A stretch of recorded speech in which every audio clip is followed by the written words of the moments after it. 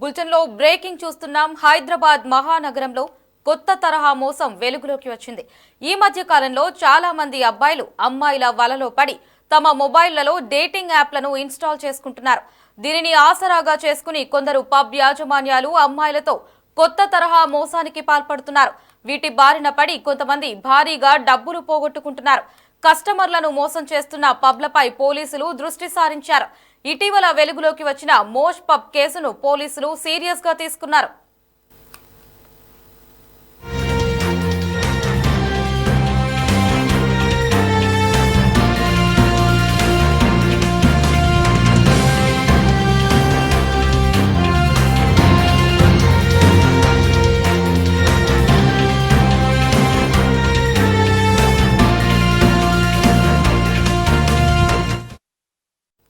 ఢిల్లీ నుంచి అమ్మాయిలను తీసుకుని వచ్చి టిండర్ ఇతర డేటింగ్ యాప్లతో వ్యాపారాలకు విద్యార్థులకు వలవేస్తూ తప్పించుకుని తిరుగుతున్న పలువురిని పోలీసులు అరెస్ట్ చేశారు.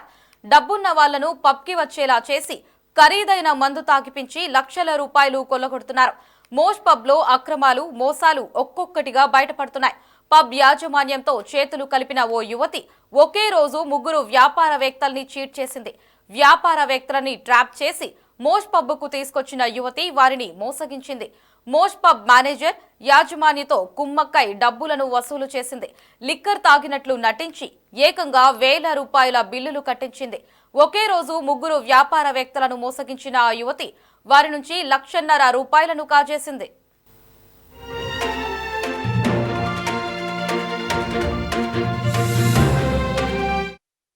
ఎందుకంటే వాళ్ళని అప్రోచ్ అయ్యారు. వీళ్ళు గూగుల్లో ఉన్న రేటింగ్స్ వాళ్ళ రివ్యూస్ చూసుకొని వాళ్ళని చూస్ చేస్తున్నారు. వన్స్ దే అప్రోచ్ వీళ్ళు ముందుకి వాళ్ళకి లైసెన్స్ ఇచ్చారు టు గో హెడ్. సో ఇట్లా అప్ టు 50 to 60 పీపుల్ని మోసం చేసి up to the tune of 30 lakhs they have done it. And they were about to అంటే వెళ్ళి నాగ్పూర్లో చేయడానికి రెడీ ఉన్నప్పుడు మనం పట్టుకున్నాం. ఎందుకంటే వాళ్ళని అప్రోచ్ అయ్యారు. వీళ్ళు గూగుల్లో ఉన్న రేటింగ్స్ వాళ్ళ రివ్యూస్ చూసుకొని వాళ్ళని చూస్ చేస్తున్నారు. వన్స్ దే అప్రోచ్ వీళ్ళు ముందుకి వాళ్ళకి లైసెన్స్ ఇచ్చారు టు గో హెడ్.